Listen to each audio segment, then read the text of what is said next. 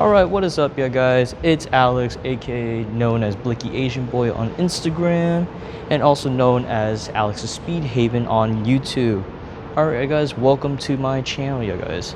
Alright, tonight this is basically a redo of the last video I did. The audio quality was garbage through Bluetooth. Now that I know that I could use the transmitter basically connected to my phone through USB-C, it works a whole lot better. But anyway, let's get on to tonight's video. So, like I said, this is basically a redo of that last video that had horrible audio quality through Bluetooth, which was basically me talking about my accident that I had with a cop. So, basically, I'm going to just basically re-explain what happened, and I'll make it short. So, basically what had happened was, that night, I was basically leaving Al Moana Mall, and I was basically on the street on Kyomoku, where there was an intersection on Kapiolani. So basically there are like intersections that cross like this right here. So one going this way, one going that way, and one going straight. So basically I was going straight. So when I was exiting on Kyomoku in the Al Moana Mall, I was basically going straight, and I had the green light. So when I had the green light, of course everyone, and I mean anyone, would know, hey, green light means go. So, you know, I was basically going. And if I remember correctly, I did say in the last video that I was in third gear. And yes, I did check in my old Insta360 SD card that I was able to recover from the destroyed Insta360. So yeah, I was able to recover the SD card, get the old footage off of it, and yes, I was in third gear because I had my Insta360 basically latched on the front side of my bike, like on the TCT display right above it. Looking down, I mean, you could see the reflection, or I could see the reflection in my visor saying third gear. So anyway, I was in third gear, going a little fast, 45 to be exact. So anyway, moving forward. So what had happened was, when I was going straight, to my left hand side there was a cop that basically blew a red light coming from my left side. She blew right in front of me, which is, you know, honestly the dumbest thing she could have done that night. So anyway, moving forward from there, she blew a red light, and as soon as I realized at the last second, I had no time to stop. No time. Zero. Nada. Nothing. So yeah, I basically blew that red, she basically blew that red light and ran right in front of me, and I basically T-boned the side of her car. Surprisingly, there was basically no damage to her car at all. Nothing. And yeah, I though, on the other hand, I took severe damage on my bike. My whole front end of my bike was basically totaled. Forks were surprisingly okay, but of course the rim and axle nut and everything, and the axle itself was bent.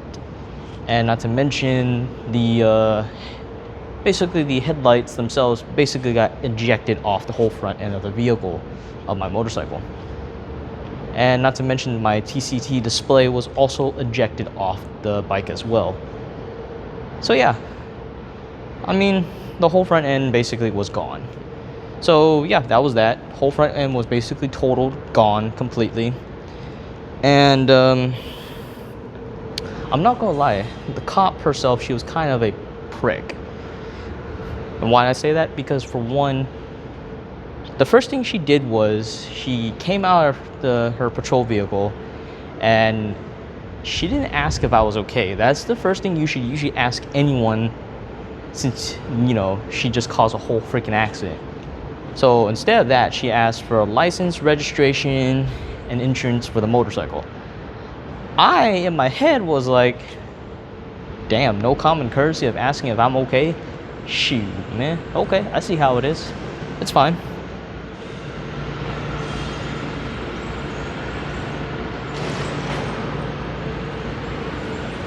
Not gonna lie, I might get kicked out here if, you know, they see me up here. But anyway, I'll make this video short anyway. So moving on from there. So yeah, she didn't ask if I was okay. She basically just got straight to the point. Which, you know, I mean, getting straight to the point is usually a good thing, but at the same time, you just caused an accident. You blew a red light and you just nearly took out a motorcyclist. Anyway, moving on. So she didn't ask for it. She did ask for my license and registration and insurance for the motorcycle. So then she didn't ask if I was okay. So that was that. That's why I say she's a prick. So anyway, after that whole ordeal, I'm not gonna lie, I spent a lot of money getting my stuff home, especially my motorcycle. So yeah, spent like $200 on a tow truck to get my motorcycle home. And yeah, that was that. So $200 to get the motorcycle home. And yeah, one thing I didn't expect from my bike to do was start up. So the next day, when I woke up the next day, I decided to do, just to see if my bike had any life left in her, which, by the way, we're about to get to that, which she did have life left in her. I'm not gonna lie, when I inserted the key into the ignition, I hear the fuel pump prime and everything. Prime like normal, like nothing never had happened. Prime like normal, and of course I couldn't tell if I was in neutral or anything like that, because of course, my TCT display was just basically gone, ejected. I had it, but it wasn't attached to the bike on the handlebar. So that's that too. And so I decided to, just, flick the kill switch off and, just, start the bike. And surprisingly, like I said, she had life left in her. She started up like nothing ever had happened to her. Sorry guys, just adjusting the camera. But yeah, no, she started up like nothing had happened. She starts up beautifully. And I was like, wow. I mean, my expression or my tone is not the same when I first start up. Like, I was like just stunned. Like, I was like, holy smokes. She starts up like nothing had happened. Although she can't be drivable because the whole front end was just basically tweaked to the right side. Like, just, bent one way. So yeah, she starts right up. Nothing hadn't happened to her. So yeah, that was that. So then I got in contact with one of my close friends. Her name is Ace. She is a wonderful person. I contacted her. I was like, hey, Ace, by any chance, do you know anyone that could fix my motorcycle? And she's like, what happened? Like, what do you mean fix your motorcycle? I was like, something wrong with it? I'm like, yeah, there's a bunch of things wrong with it. She's like, what happened? I was like, I got into a wreck with a cop. She's like, and she was like, what? A cop? What happened? I just basically told her the cop blew a red light and I hit the side of the car. Simple, nothing else. Plain and simple, nothing happened. So yeah, she recommended me her friend Cody. Now, Cody was nice enough to, to basically fix my bike. And now this is where things get, a little angsty for me, For about 6 weeks, I was without a bike. And I'm not gonna lie, for me without my bike, I was pretty depressed. I was like, damn, I'm not able to go to any bike meets, go to any Taco Tuesdays or Milkshake Mondays, nothing like that. Just straight up stuck at home. And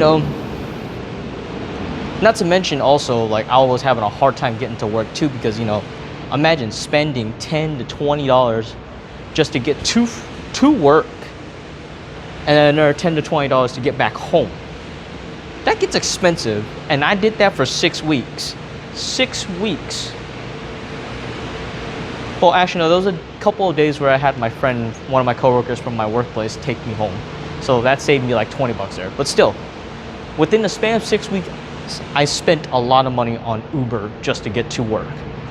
And there was a time where I did take like, the whole weekend off, a whole Saturday and Sunday off, just because, I was getting tired of spending like $10 to $20, even on some days where it was a little more expensive, $25 to get to work.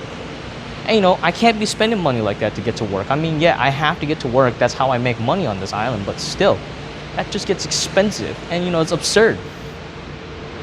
But anyway, yeah, so there was a time where I did take one weekend off, just for myself to, recollect and recalculate my expenses to get to work. And so moving on from that, so yeah, 6 weeks without my bike. And also, not to mention, About a week ago, I did go to court. But before I talk about the court part, where I went to court and everything, I did, buy the police report to see what was going on, see what this police officer that hit me, or that I hit, said on the report. So this is where things get interesting. She wrote on the report, that female police officer that I hit, she basically wrote on the report saying that I was driving recklessly and that I was not paying attention. Ma'am, whoever you are, if you're on a motorcycle, if you ever even been on one, you are always fixated in one direction. You're going to be tunnel vision about 90 to 95% of the time. Because on a motorcycle, one mistake could be a make or break moment for your life. So for her to say that I wasn't paying attention and driving recklessly drives me mad. Because why? Because she basically just lied. She basically lied in the report. Why would you lie in the report? If you were to do that and they actually found out you lied on the report, you are most definitely going to get fired and your badge and gun is going to be taken away. I know that for personal experience because, I also was a police officer, but not here in Honolulu. I was a police officer in Texas, Houston Police Department, HPD over there, not here. But yeah, no. I've written reports. I've done all the things that police officers have done. I know how they feel, yes. Writing reports are strenuous and stressful, You have to remember every detail, every little bit of detail, and you have to put it into a report. Now, lying in a report is straight up evil, wrong. And that's what she did. She lied in the report, saying that I was the one not paying attention and being reckless. No. I was paying attention. I was fixated in one location. That was for me to go straight. And also, not to mention, if I didn't say it earlier, I had the right of way. I had a green light. A green light. And that's what drives me crazy. The only reason, that drives me crazy is, like I said, she lied. And I don't like people that lie. Okay, I'll admit, I've lied sometimes in parts of my life. I've lied, guilty as charged. But those times that I've lied, I was just, scared. Or, I was just basically, not thinking at the time. But no, for a police officer to lie, in my opinion, that feels calculated in a way. Because, I have a feeling what she was trying to do was save her own tail. She basically tucked her tail in between her legs and basically just wrote the report like nothing had happened to her. And basically, like I said, she just lied. So yeah, that's that. And when I read that report, I was livid. I was aggravated more than ever. Because I was already aggravated enough that I had to spend $1,200 to basically get the front end of my bike to be repaired. And that already drives me crazy. And not to mention, that all on its own, I had to wait for the parts to be coming in. Which again, Cody was the one doing my repairs. So, again, he was doing everything for me. I just had to pay for the labor and parts. That's all I really had to do. And, $1,200 is not something to, fling around. Like, $1,200 for some people is a lot. And for me, that's a lot of money. So, anyway, moving on from court, I am right now currently speaking with my attorney. That's my family knows. So yeah, I'm speaking with my attorney, and my attorney said basically the same thing. Like, she basically lied. Because again, when I pulled the old footage from my, Insta360, it shows that I had a green light. It shows that she ran a red light. It's all these little nitbit details that just gets me freaking angry. The cop lied. She lied on the report. I don't understand. Being a police officer has those three things that are always decaled on the side of the vehicle: protect and serve with integrity. integrity means, it's being honest and truthful about things. But for her, I'm pretty sure she doesn't understand the word integrity. Man, I don't even want to bet my life on her that she would protect and serve. Because, like, I'm not trying to call her out or anything, but I'm just speaking in my opinions out here. Like, if you have integrity, that means you have to be honest about things. And for you to write the report and say that I was the one being reckless and not paying attention, why? Then why even write the report in the first place? Like I said, I don't understand. But anyway, so that's that. And I will be showing some, some pictures of my bike, how it looked like and everything. It's not the prettiest thing. I mean, it's only the front end that's damaged, but still, it wasn't pretty. Because, it's basically, it was totaled. Or the whole front end was totaled. Oh, not to mention when this happened during that time, I didn't have insurance for the bike, so I couldn't just do an insurance claim for the bike. But now I do, so bike is covered now. The bike is behind the camera. I'm using, the handlebar to basically stabilize the tripod that my phone's on because, it's a little windy tonight. But anyway, yeah, so the bike's behind you guys, like literally behind you guys. But yeah, no. Bike is now A-okay. She is basically normal again. And she's happy, she's roaring, she's driving. I've been driving her since the day I got her back. And yeah, that's that. But yeah, like I said, I'll be showing some pictures near the end of the video to basically show what had happened and what the bike looked like. And I'll also show an after picture of what the bike looked like after the whole repair and everything. And also show pictures of what the bike would look like when it was in repair. Just to show what's going on. But now, like I said, the bike, is now okay. But, during the time when I didn't have it, like I said, I was pretty depressed. Like, I just felt like I didn't have my joy, my crotch rocket. I love my crotch rocket. She basically treats me with love. I treat her with love. It's a back and forth love relationship. It's like what they say. Once you're on a motorcycle and you're on two wheels, you're not turning back to freaking four wheels. It's different on two wheels. You just have that adrenaline whenever you are just going freaking 120, 130 miles an hour, just spitfiring down the highway. And that's what, I do. I'll admit, yes, I do love going fast. But, I drive responsibly. And, the only times I ever go fast is when the highways are empty or, barren, nothing's going on or very little activities going on. That's when I, myself, will take the liberty of having a little fun. But yes, no. I drive responsibly. I love, being on a motorcycle. I was basically introduced to the motorcycle lifestyle quite a while ago.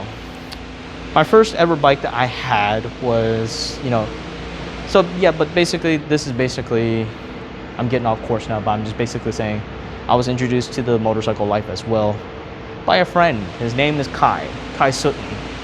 I was basically getting introduced to that life. And there's also another friend that I also met too when I first got my first bike with my first bike meet. His name is S1K Gray on Instagram. He's a pretty cool guy. I remember meeting him for the first time on Taco Tuesdays at Surge. It was an awesome night. But anyway, getting off topic, getting back to the topic at hand. But yeah, no, right now, like I said, I'm just in the middle of talking with my attorney to see what I could do. Because this is basically a lawsuit already in the process of happening. So, yep, that's basically it.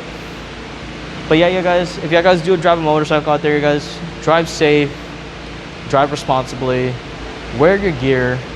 I know I'm not in gear right now, I'm just in casual wear, but I do actually have gear, and I do wear it whenever I do actually go to bike meets and everything. But yeah, you guys, drive safe, drive responsibly, 2 fingers down, and be safe, and don't do anything that will hurt you or your family, because like I said, one mistake is all it takes. One mistake, and that could be a make or break moment for you. So yep, drive safe, guys. 2 fingers down. Peace.